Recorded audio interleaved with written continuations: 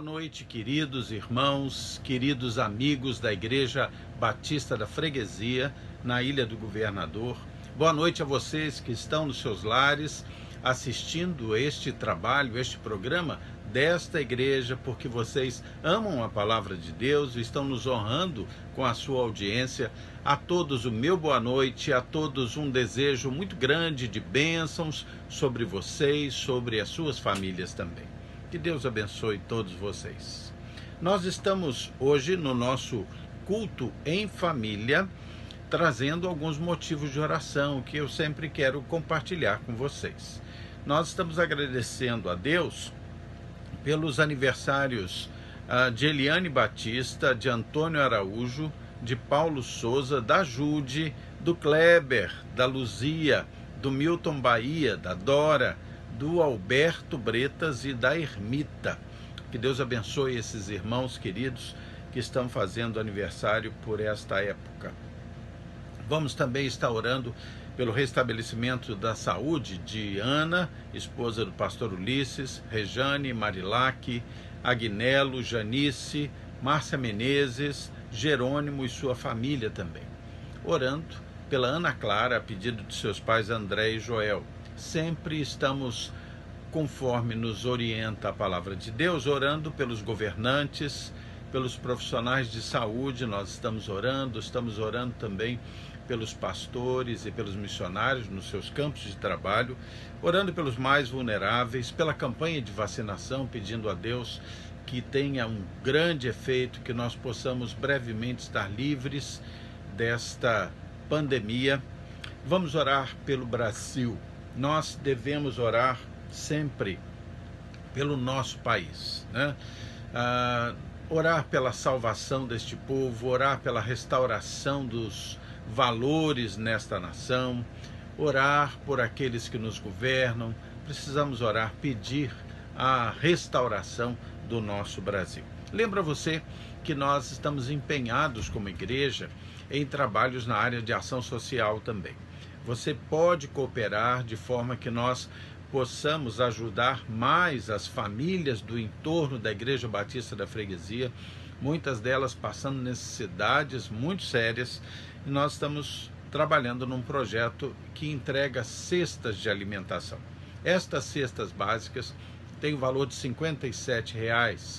Se você sentir no seu coração o desejo de ajudar, pode olhar aí os dados bancários da nossa igreja e você poderá então participar cooperando para que nós possamos distribuir mais cestas básicas de alimentação.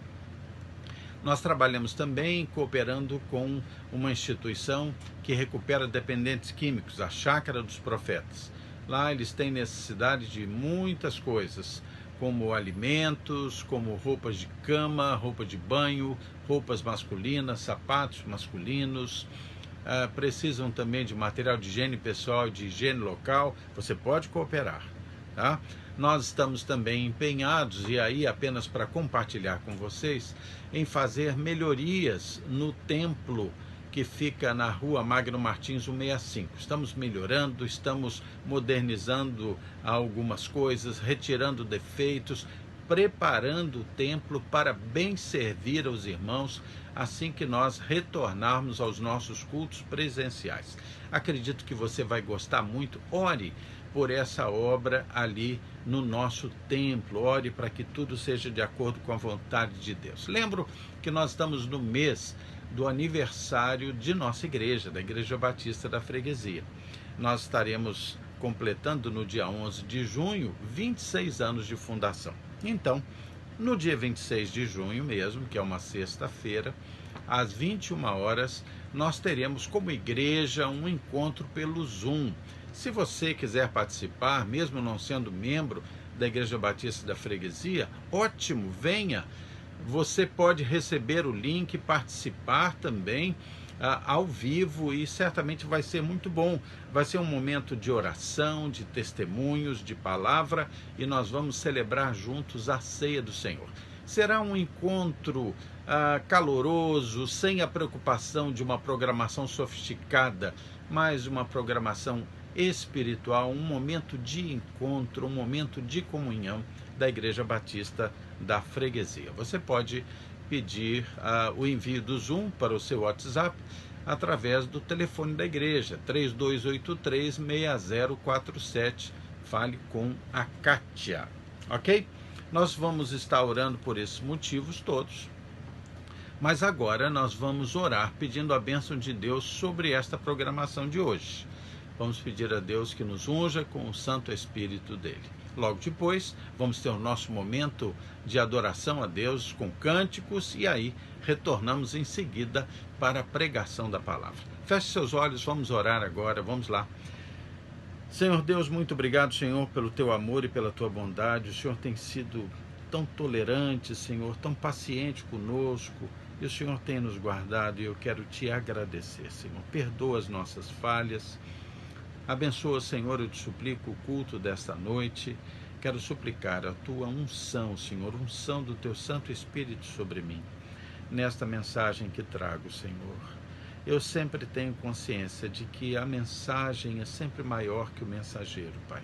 Por isso dependo completamente de Ti, Senhor. Abençoa esse povo querido que está participando de casa, que possam ser ricamente abençoados e ser também premiados com o discernimento do Espírito Santo de Deus. Tudo isso, Senhor, te peço e agradeço, em nome de Jesus. Amém. Queridos, vamos para o nosso momento de louvor. Vamos lá. Boa noite, irmãos, tudo bem? Sejam bem-vindos ao nosso culto em família aqui da Igreja Batista da Freguesia. Vamos louvar ao Senhor antes da mensagem que vai ser trazida pelo pastor Rogério. Só lembrando que estamos aqui em casa, né? Parece que voltamos alguns meses no tempo, porque o nosso templo lá no 65 está passando por algumas reformas para quando a igreja voltar a se reunir mesmo de fato, a gente ter mudanças bem legais. Então a igreja não pede por esperar, vamos curtir esse momento em casa. Estamos aqui, eu, Clarinha e Larissa sócio, Eli e os meninos ainda não, mas nas próximas semanas vamos vê-los novamente, tá bom? Vamos louvar ao Senhor, daqui a pouco o pastor Rogério traz uma mensagem pra gente.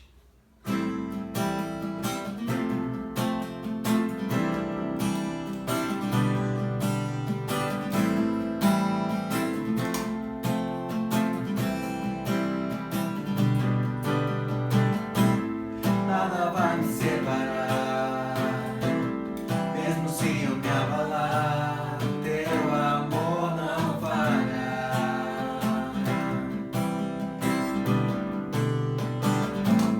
Mesmo sem merecer, tua graça se derrama sobre mim, teu amor não falha.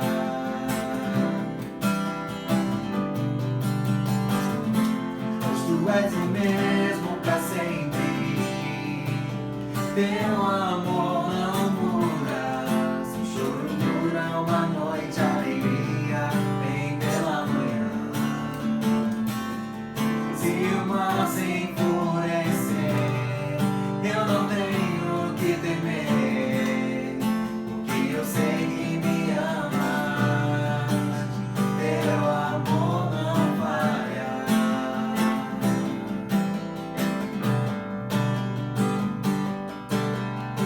Se o vento é forte e profundo o mar, tua presença vem me amparar, teu amor não falha.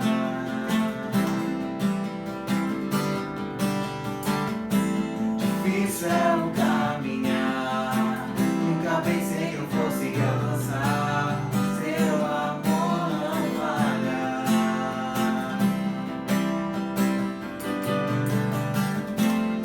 Tu és o mesmo pra sempre, teu amor não muda. Se o choro dura uma noite, a alegria vem pela manhã. Se o mar se enfurecer, eu não tenho o que temer, porque eu sei que me amas, teu amor não falha. Teu amor não falha.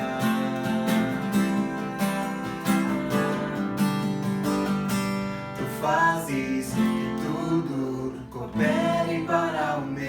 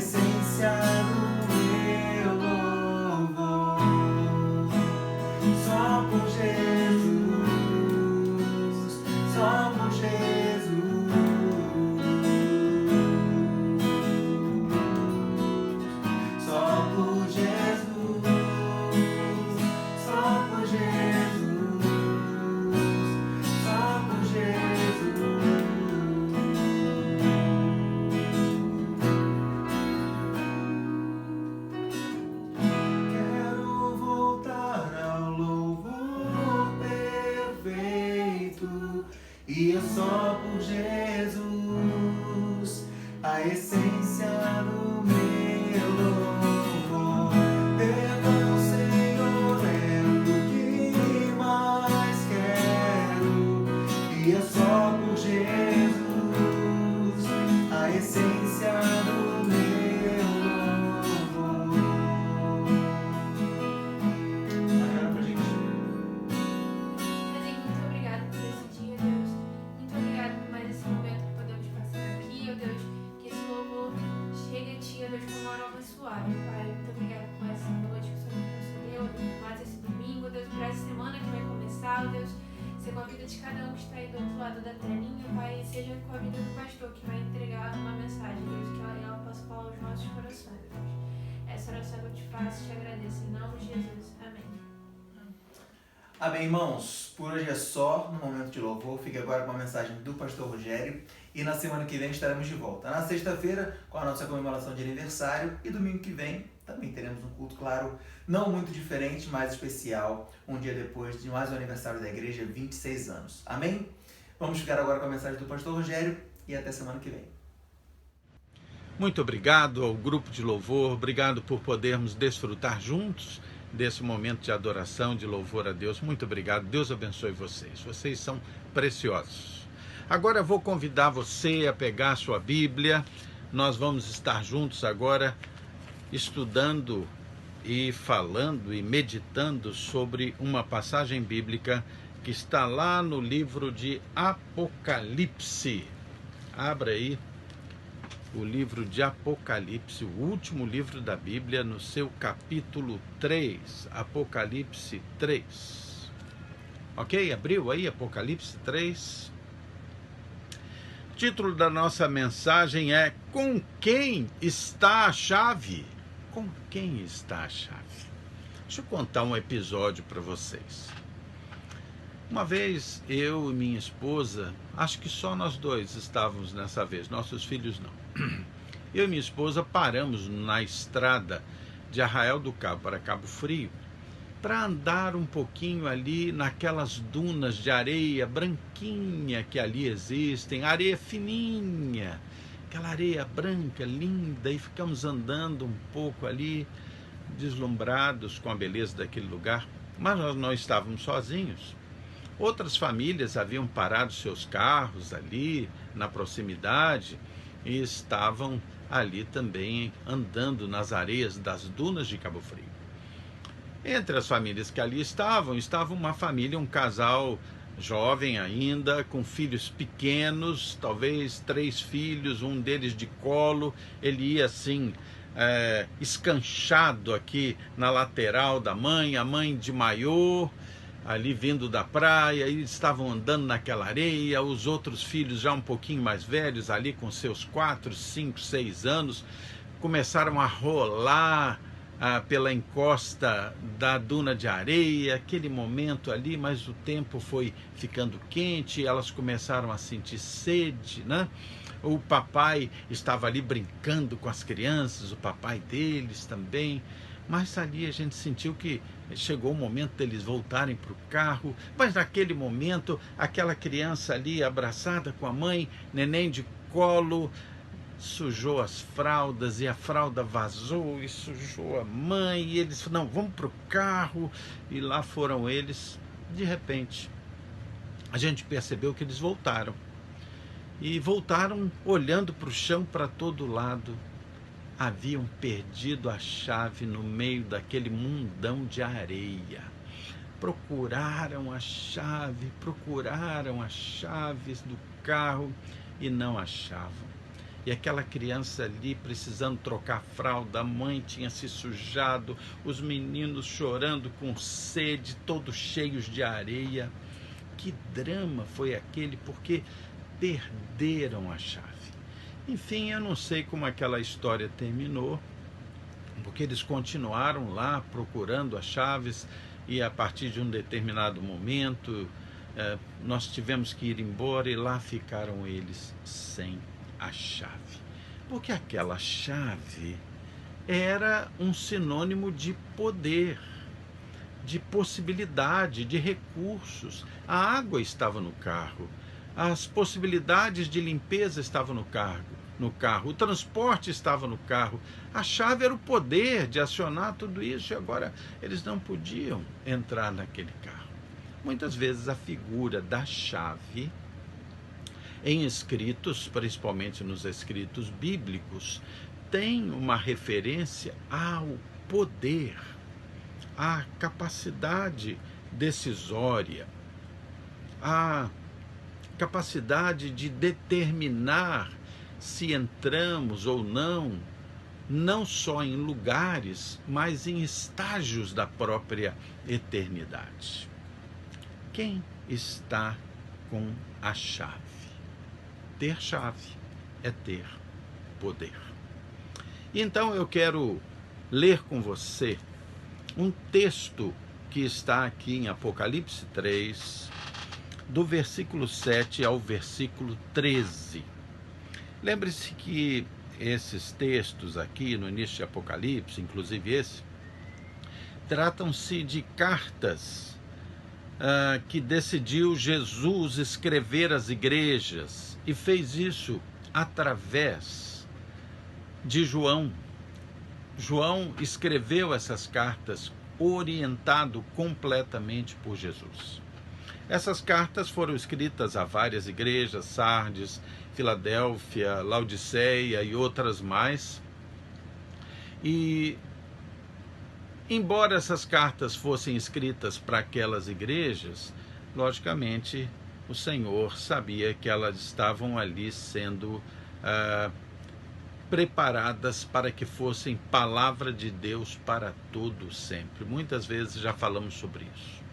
Essa carta era para a igreja de Filadélfia, mas essa carta é para a sua igreja, é para a minha igreja, é para a nossa igreja. Sendo para a igreja, e já que a igreja é a reunião daqueles que são salvos por Jesus Cristo, essa carta é para nós, é para vocês. Vamos ler essa carta com a consciência de que aqui há ensinamentos para a igreja de Filadélfia e para a igreja de Cristo, de todos os tempos e de todos os lugares. Vamos ler então, carta à igreja de Filadélfia, Apocalipse 3:7. Ao anjo da igreja em Filadélfia escreve estas coisas, diz o santo, o verdadeiro, aquele que tem a chave de Davi, que abre e ninguém fechará, que fecha e ninguém abrirá. Conheço as tuas obras. Eis que tenho posto diante de ti uma porta aberta, a qual ninguém pode fechar. Que tens pouca força, entretanto guardaste a minha palavra e não negaste o meu nome. Eis, farei que alguns dos que são da sinagoga de Satanás, desses que a si mesmos se declaram judeus e não são, mas mentem, eis que os farei vir e prostrar-se aos teus pés e conhecer que eu te amei. Porque guardaste a palavra da minha perseverança, também eu te guardarei da hora da provação que há de vir sobre o mundo inteiro, para experimentar os que habitam sobre a terra. Venho sem demora, conserva o que tens, para que ninguém tome a tua coroa. Ao vencer, falo-ei coluna no santuário do meu Deus, e daí jamais sairá. Gravarei também sobre ele o nome do meu Deus, o nome da cidade do meu Deus, a nova Jerusalém, que desce do céu, vinda da parte do meu Deus, e o meu novo nome. Quem tem ouvidos, ouça. Ouça o que o Espírito diz às igrejas. Como eu disse no início, ter as chaves é ter o poder.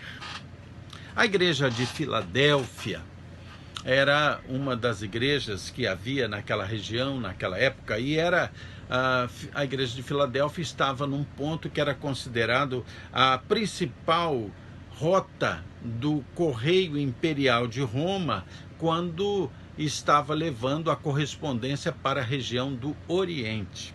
Era chamada então também de a Porta do Oriente. A cidade de Filadélfia tinha um papel muito importante no Império. Ela era chamada também a cidade dos terremotos. Aquela região era constantemente assolada por grandes terremotos, de forma que no ano 17 depois de Cristo, já na era cristã, houve ali um terremoto tão grande que destruiu completamente uma outra cidade, a cidade de Sardes, mas abalou profundamente a cidade de Filadélfia. A cidade de Filadélfia, então, vivia uma situação de perigo, uma situação de crise. Havia uma crise constante, havia uma crise que permanecia sobre aquela região como uma ameaça constante. Para ali, a jovem igreja estava sentindo as consequências de todos estes momentos, né? Jesus envia para ali, então, esta carta, e esta carta vai enviada pelo trabalho profético de João. E esta carta nos ensina muitas coisas. E eu gostaria de hoje conversar um pouco com você sobre os ensinos desta carta para nós. Um dos primeiros sentimentos que temos quanto à maneira como Jesus se dirige à Filadélfia, se dirige à igreja em Filadélfia, e lembrando que a carta, na realidade, não está restrita à igreja de Filadélfia, mas é palavra de Deus para todo o tempo, a gente percebe que Jesus é alguém que conhece cada igreja, conhece a igreja. Eu tenho lido materiais maravilhosos e foram muito úteis para a preparação desse sermão, escritos por Hernandes Dias Lopes com relação a este texto. Este homem de Deus tem sido inspirador para mim. Muito bem, essa cidade de Filadélfia era também conhecida por Deus, não só a igreja, mas a própria cidade. E a gente vai percebendo que o Senhor Jesus, aqui no caso, ele conhece a igreja, ele conhece a cidade onde está aquela igreja, ele conhece os componentes da igreja, ele conhece a família daqueles que compõem a igreja de Cristo num determinado lugar. O Senhor conhece o entorno da nossa igreja, as necessidades e as características do entorno da nossa igreja, da nossa vida.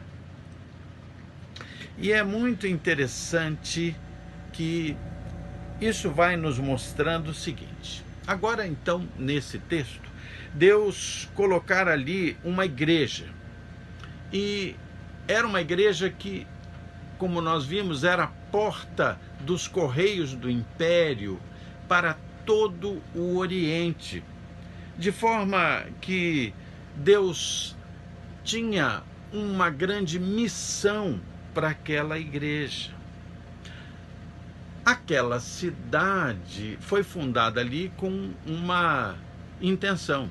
Havia a intenção de que a fundação da cidade naquele lugar de Filadélfia fosse uma cidade que propagasse a cultura grega, a cultura helenista e também a sua língua. Mas agora o Senhor colocou naquela cidade uma igreja. Mesmo dentro de todos os problemas que ali haviam, toda a crise, ali estava uma igreja para propagar a cultura do Evangelho de Cristo. O Senhor havia aberto uma porta para que aquela igreja testemunhasse do Evangelho de Cristo no meio daquela região tão importante para a comunicação, mas que vivia crises. Havia crises, havia terremotos, havia instabilidade. Os terremotos ali foram tão cruéis por muito tempo que a história conta que muitos moradores saíram de Filadélfia e foram para outros lugares que eles consideraram mais seguros. Muitos moradores da cidade de Filadélfia já não moravam mais dentro da cidade, mas passaram a morar em tendas na periferia da cidade, porque eles tinham medo que aqueles constantes terremotos trouxessem o desmoronamento das suas casas e eles ficassem soterrados. Mas apesar disso, a porta que Deus abrira permanecia aberta para a divulgação do Evangelho. Então pense bem, um grupo de crentes vivendo dentro de uma crise, a ponto de ter que readaptar o seu estilo de vida, como esses que passaram a se isolar da cidade, vivendo em tendas na sua periferia para evitar o desabamento. Mas ainda assim, Deus prometera: eu abrirei uma porta para vocês disseminarem o evangelho nesta cidade em crise. E tem mais. Ainda fez uma promessa, um compromisso com esses moradores. Veja o que está escrito aí no versículo 12 do capítulo 3 de Apocalipse. Diz assim: ao vencedor faloei coluna no santuário do meu Deus, e daí jamais sairá. Gravarei também sobre ele o nome do meu Deus. Então, nós percebemos que o Senhor conhece muito bem a nossa igreja, conhece muito bem a nossa situação, conhece muito bem o nosso entorno, conhece muito bem as nossas limitações, mas a porta que Ele abriu para nós jamais poderá ser fechada. Um segundo ponto que esse texto nos ensina é o seguinte: a solução para as nossas crises, a solução para aquela crise de Filadélfia, mas a solução também para as nossas crises, e estou falando isso pensando que nós estamos vivendo um momento de crise, pode não ser um terremoto como era em Filadélfia, mas é uma crise de dimensões globais, né? Uma crise bastante importante. Mas lembre-se sempre que a solução para os nossos problemas passa por Jesus. Passa por Jesus. A solução para os nossos problemas passa por Jesus. O texto bíblico aqui, nesse texto que nós lemos aqui em capítulo 3, versículo 7, começa dizendo assim: ao anjo da igreja em Filadélfia escreve: estas coisas diz o santo, o verdadeiro, aquele que tem a chave de Davi, ou seja, que tem o poder, o pleno poder. Ele começa dizendo que o Senhor Jesus é santo, o Senhor Jesus é verdadeiro, é o Senhor Jesus que tem a chave. Ele detém o poder, ele fecha, ele abre as portas, mas quando ele fecha, ninguém pode abrir, quando ele abre, ninguém pode fechar. E aí o versículo 8 vai nos ensinar algo ainda mais importante. Diz assim: conheço as tuas obras. O Senhor deixou claro que Ele conhece as obras da igreja. Quando se diz que conhece as obras da igreja, a gente tem que tomar cuidado para não encerrar esse conhecimento como se Ele conhecesse a instituição.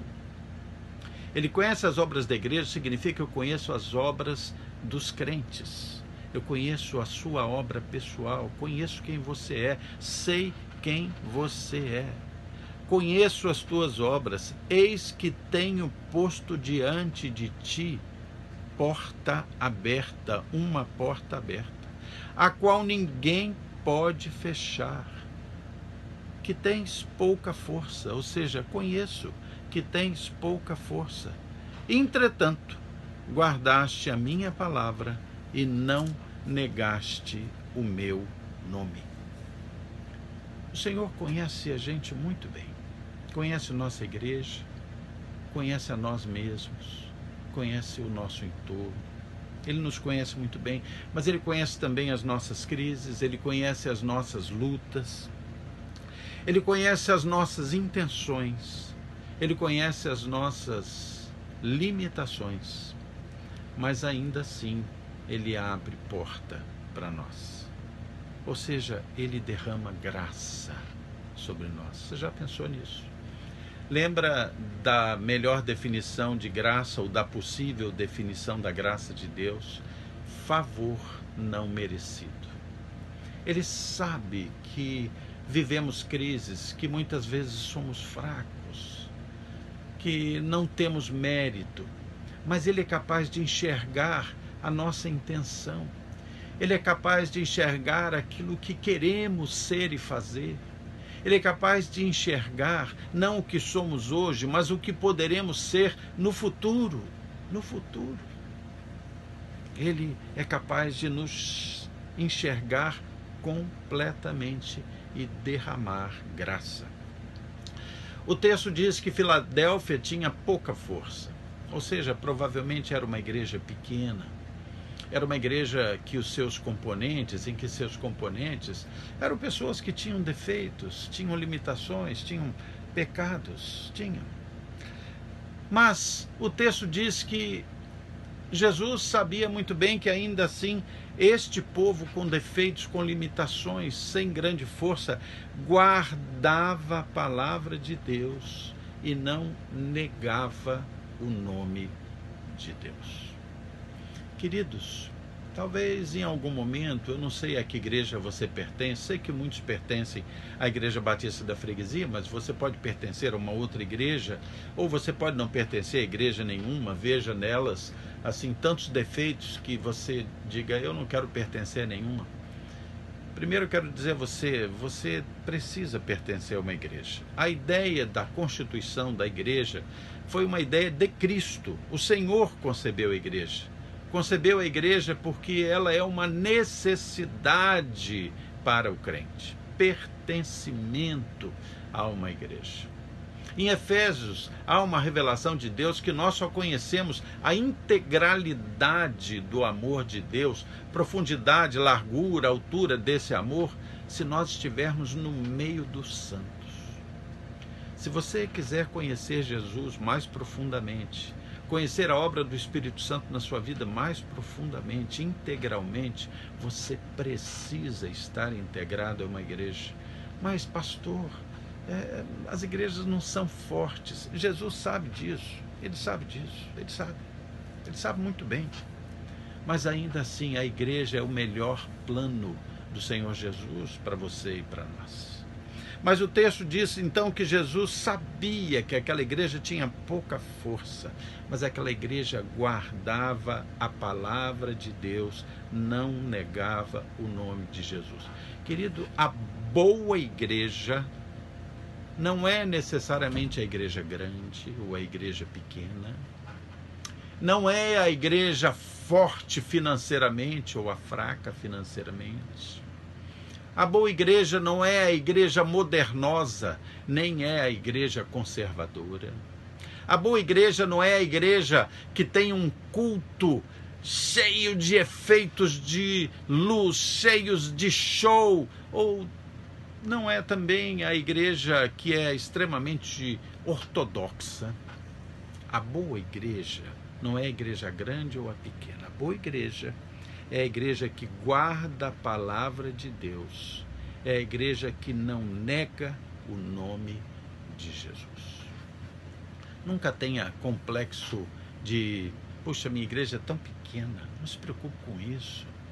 Você pode ser bênção numa igreja pequena. Você pode ser abençoado numa igreja pequena. Você pode ser turbinado pelo poder de Deus numa igreja pequena e também numa grande. Não faz diferença. O que vai definir isso é a porta que o Senhor abriu para esta igreja, abriu para você. É a consciência de Deus que esta igreja é uma igreja que guarda a sua palavra, que é uma igreja que não nega o nome de Jesus. Há muita igreja famosa, grande, com grandes programações, que está esquecendo do nome de Jesus, que está esquecendo de guardar a palavra de Deus, que prega uma mensagem saborosa, palatável, de digestão fácil, sem confrontação em nenhum momento, que impressiona e emociona as pessoas, mas que está carente da centralidade de Jesus Cristo, que está carente de estar completamente formada sobre a palavra de Deus. A misericórdia do Senhor, a graça do Senhor, o amor do Senhor mantém a porta aberta para pessoas que às vezes são fracas, mas que guardam a sua palavra e que não negam o nome de Jesus. Outro ponto que esse texto nos ensina nos fala de forma muito especial o seguinte: ainda que haja lutas contra os cristãos e contra o Evangelho de Cristo, ainda que haja perseguição, o Senhor sempre será aquele que será fiel à igreja, fiel ao cristão, fiel e guardador da sua integridade. Veja o que está posto aí nesse texto. Eu quero que você leia comigo versículo 10 agora. Leia comigo o versículo 10, que diz o seguinte. Versículo 9, que diz assim: eis farei que alguns dos que são da sinagoga de Satanás, desses que a si mesmos se declaram judeus e não são, mas mentem, eis que os farei vir e prostrar-se aos teus pés, conhecer que eu te amei. Versículo 10, porque guardaste a palavra da minha perseverança. Também eu te guardarei da hora da provação que há de vir sobre o mundo inteiro, para experimentar os que habitam sobre a terra. O texto aqui fala na sinagoga de Satanás. Muito bem, a sinagoga de Satanás aqui é uma referência àqueles, naquele tempo, daqueles grupos que prezavam tão grandemente pela cultura judaica, pelo judaísmo, a ponto de dizer: olha, esses cristãos aí, esses cristãos que estão surgindo, eles não valem nada, porque eles não são descendentes de Abraão, essa palavra deles não vale nada. Muitas vezes eles foram perseguidos, foram mortos, mas ali eles permaneceram. A Igreja de Cristo, ainda que não seja da descendência biológica de Abraão, é inegavelmente a igreja do povo de Deus. E no fim, o texto deixa claro que aqueles que desprezam a igreja de Cristo, aqueles como aqueles judeus que prezavam o Velho Testamento, mas não conseguiam enxergar em Jesus o Messias enviado por Deus, um dia se dobrariam diante dessa questão e reconheceriam que Jesus é o Messias. Eu não estou aqui falando nenhum mal do povo judeu. Estou diante de um fato histórico do início da igreja cristã, em que os cristãos foram grandemente perseguidos e Jesus foi desprezado, não sendo reconhecido como o Messias, o Filho de Deus enviado. Claro que houve conversões também entre os judeus naquela época, e muitas das igrejas acabaram sendo formadas por judeus convertidos a Cristo. Hoje mesmo está havendo um grande movimento de conversão de judeus. Em Israel há judeus cristãos, estima-se que hoje há dezenas de milhares de judeus cristãos dentro de Israel. Né? Mas o que está acontecendo aqui é que o Senhor está fazendo uma promessa, mesmo que uma igreja seja considerada que não tem muita força, mas ela guarda a palavra de Deus, ela não nega o nome de Jesus, ainda que perseguida, ainda que viva uma crise. Veja aqui o que está posto no versículo 10, porque guardaste a palavra da minha perseverança, também eu te guardarei na hora da provação que há de vir sobre o mundo inteiro. Estranho. Não devíamos achar estranho. Aqui é uma palavra profética. Tenho pensado muito com relação a essa pandemia que assola o mundo todo. Eu não vou dar aqui uma profetada, né? Mas é muito difícil de você não associar este momento da pandemia, esta peste que assola globalmente a raça humana, é muito difícil que você deixe de associar a isso. Há um dos sinais mais poderosos que nós já vivenciamos. da proximidade da volta de Cristo. Não sei quando será essa volta de Cristo, a Bíblia deixa claro que nenhum de nós sabe, só o Pai, mas certamente nós estamos vivendo tempos proféticos. Nós estamos vivendo tempos em que as previsões proféticas dos últimos dias estão se cumprindo.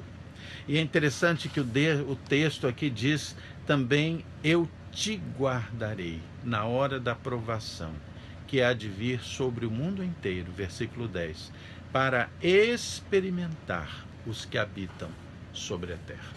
Muito provavelmente, os que habitam sobre a terra estão sendo experimentados por esses tempos tão difíceis, por essa assolação dessa peste sobre a face da terra. Muitos estão sendo experimentados, a fé de muitos está sendo experimentada.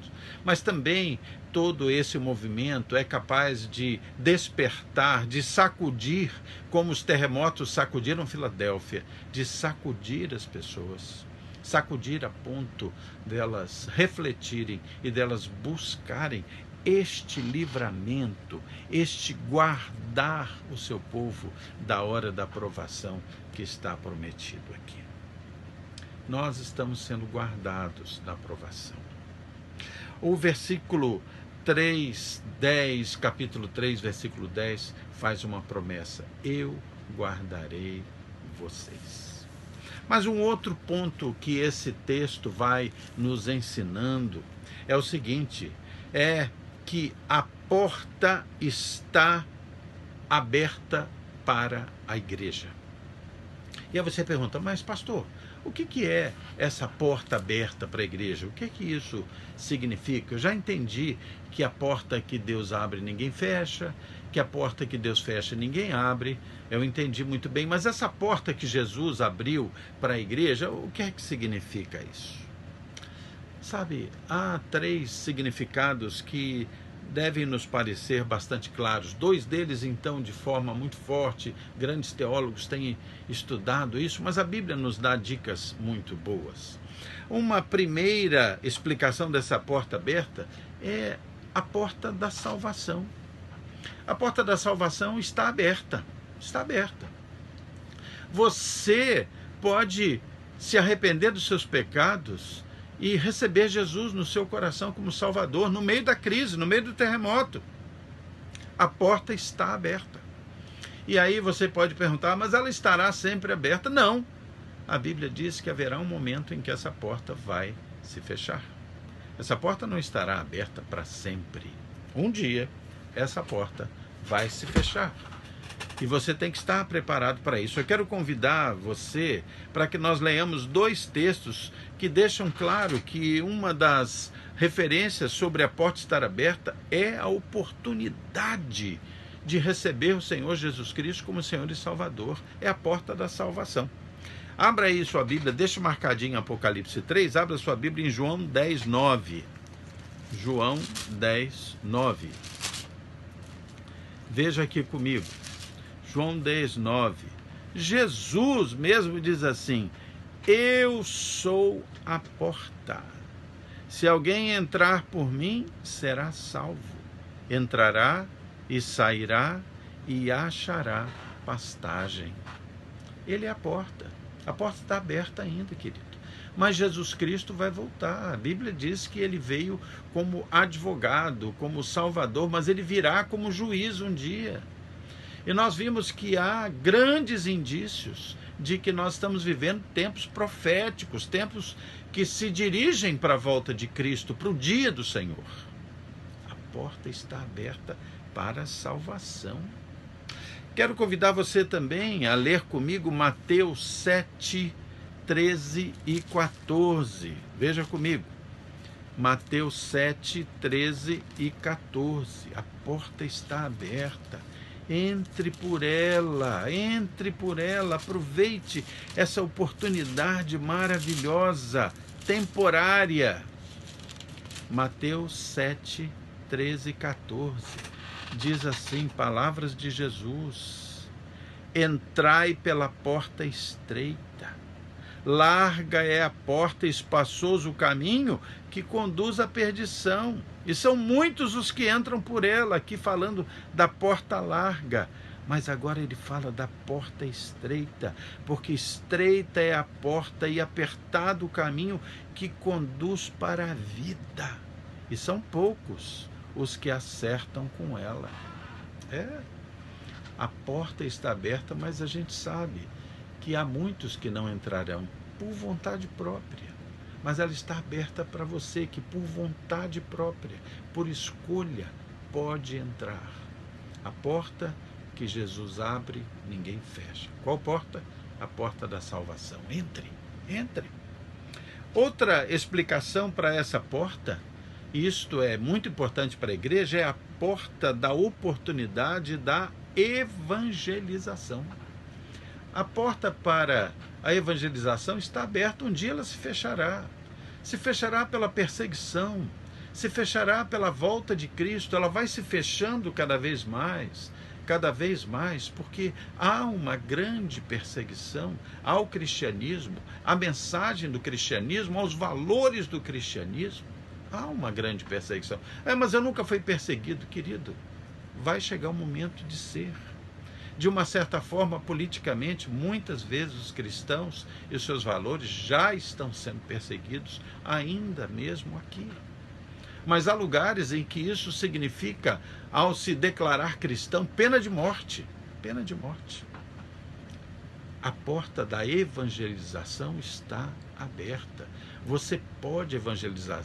Mas você vai dizer, mas pastor, nós estamos vivendo um tempo de crise. Não importa. Filadélfia estava vivendo um tempo de crise terrível nos seus terremotos. As pessoas tinham que se isolar da cidade para morar em tendas, havia riscos. Elas tiveram que readaptar suas vidas, como nós estamos readaptando, pelo menos temporariamente.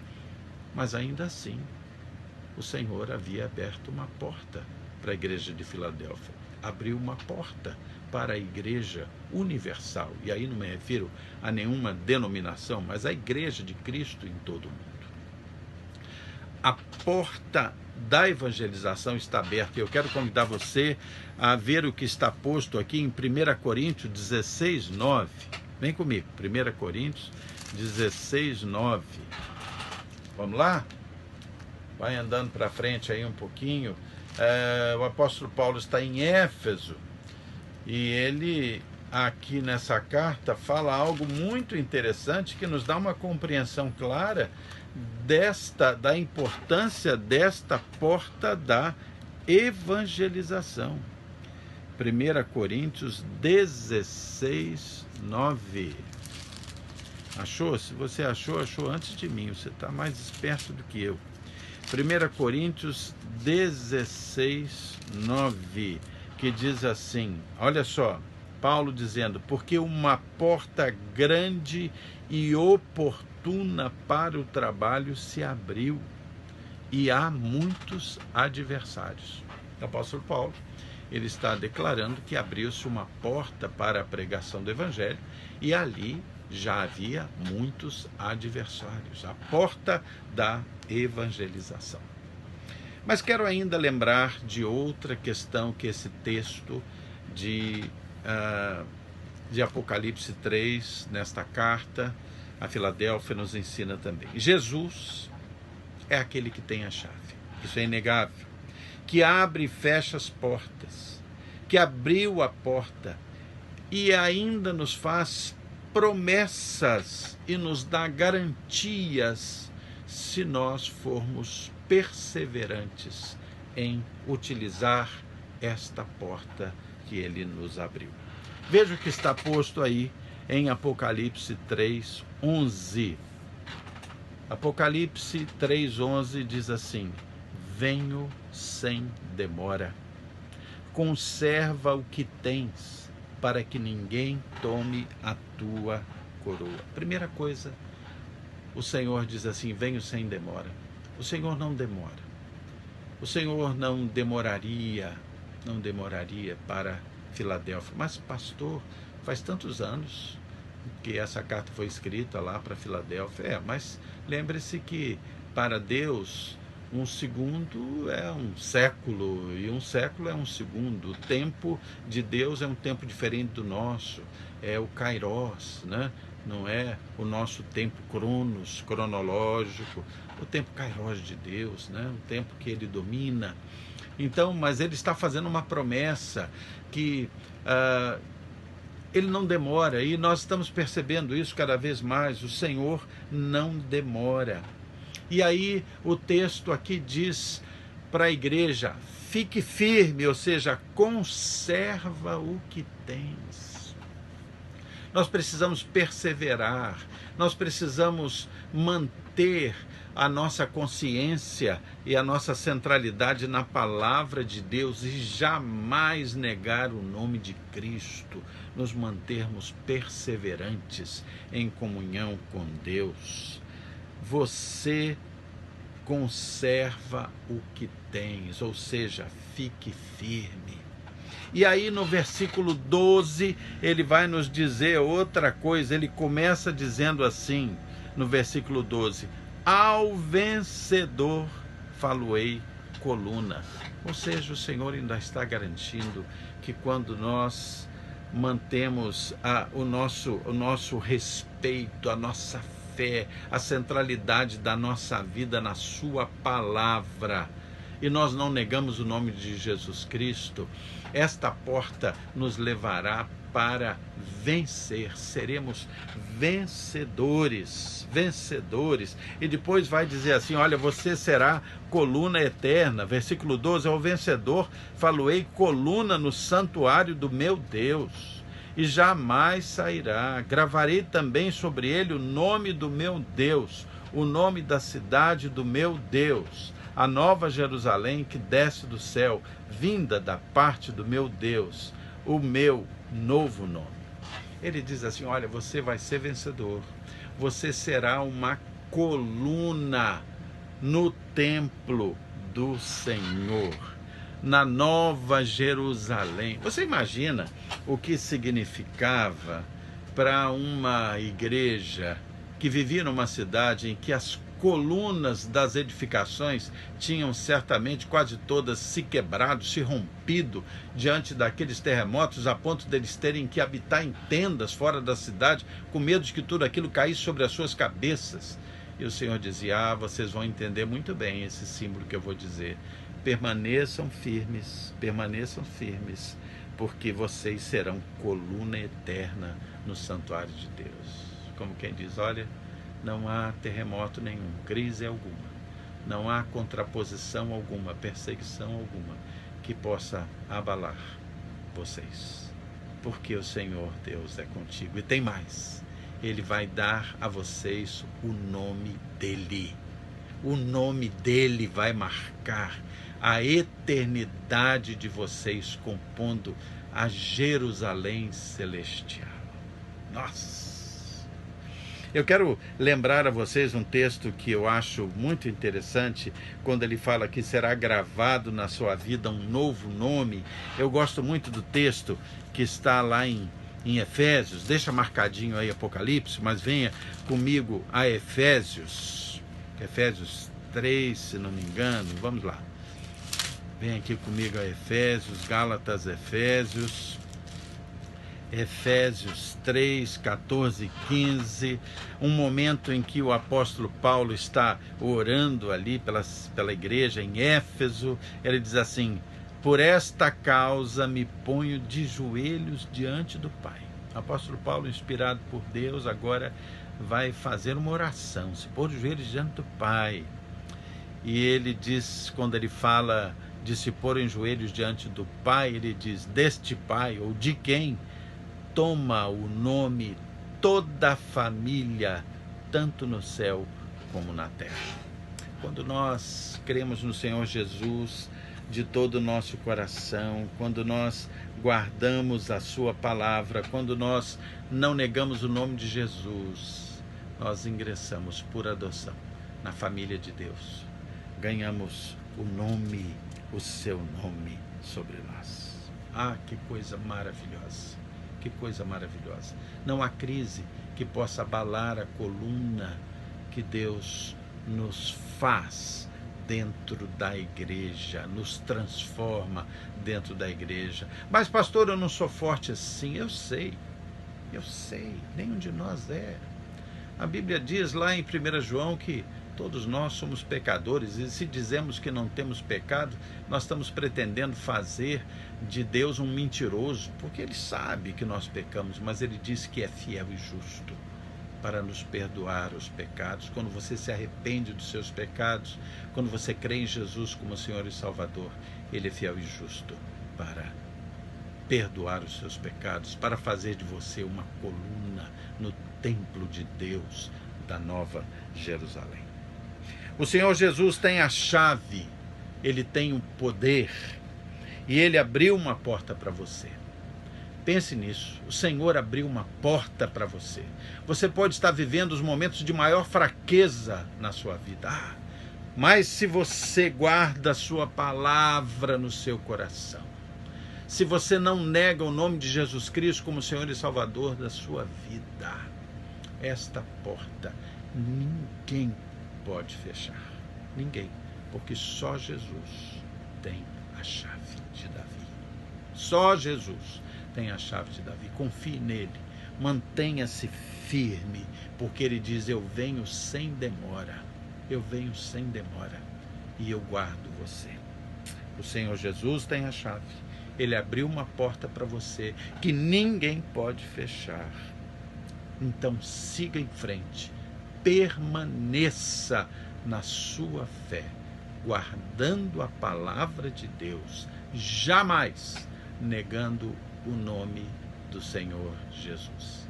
Lembre-se daquilo que o apóstolo Paulo, inspirado por Deus, disse ao carcereiro de Filipos, depois que ele passou por um terremoto que mudou a sua vida. Disse: crê no Senhor Jesus e serás salvo, tu e a tua casa. O Senhor abriu uma porta para você e ninguém pode fechar. Amém? Deus abençoe você, guarde essa mensagem no seu coração, enche o seu coração de esperança, siga em frente, mantenha-se firme, guarde a palavra, jamais negue o nome de Jesus. Deus vai abençoar você. Amém? Vamos orar, vamos fechar os nossos olhos, vamos entregar completamente toda a nossa ansiedade ao Senhor, todas as nossas dúvidas, e vamos colocar nele todas as nossas certezas. Feche seus olhos. Senhor Deus, muito obrigado, Senhor, pelo teu amor e pela tua bondade, muito obrigado pela tua palavra maravilhosa. Senhor Deus, nós precisamos de Ti, Senhor. Nós queremos cada dia mais guardar a Tua palavra e nós jamais negaremos o Teu nome, Senhor. Mantém, Senhor, Tua porta aberta para nós. Recebe-nos, Senhor, na Tua salvação. E, Senhor, desperta em nós uma fé viva e um desejo de entrar pela porta também da evangelização dos povos, Pai. Nós confiamos em Ti, Senhor. Tudo isso, Senhor, te pedimos, ainda pedindo, Senhor, as tuas bênçãos sobre os aniversariantes da nossa igreja, de todos aqueles que nos assistem. Senhor, tem misericórdia daqueles que estão doentes. Senhor, eu te peço, proporciona cura, Senhor, a esses que têm sofrido tanto. Consola, Senhor, as famílias enlutadas, eu te peço. Abençoa, Senhor, cuida dos nossos governantes, Senhor. Fortalece aqueles que são honestos e que são bons e fala poderosamente a mente e ao coração dos que são maus para que eles se transformem, Pai. Abençoa, Senhor, os médicos, os profissionais de saúde todos, têm sido tão lutadores, guarda-os, tem misericórdia deles, Senhor. Te peço que o Senhor abençoe, Senhor, sustente também, sustente, dê força, Senhor, não deixe que haja desânimo entre os pastores, os missionários espalhados por esse mundão, Senhor. Cuida do teu povo, tem misericórdia. Guarda, Senhor, os mais vulneráveis, guarda-nos do mal, Senhor. Senhor, salva o nosso Brasil, Senhor, eu te suplico. Salva o Brasil, Senhor. Tudo isso, Senhor, eu te peço e agradeço, em nome de Jesus. Amém, Senhor, amém. Queridos, Deus abençoe vocês. Gostei tanto de estar com vocês nessa noite. Que vocês sejam ricamente abençoados. Que o Senhor encha vocês de bênçãos, que o Senhor abençoe suas famílias, sua saúde, sua vida. Tenha alegria de viver, porque o Senhor é contigo e abriu uma porta diante de você. Entre. Que Deus te abençoe. Nos veremos quarta-feira no Oração e Ação, estudo bíblico, às 19h30. Até lá.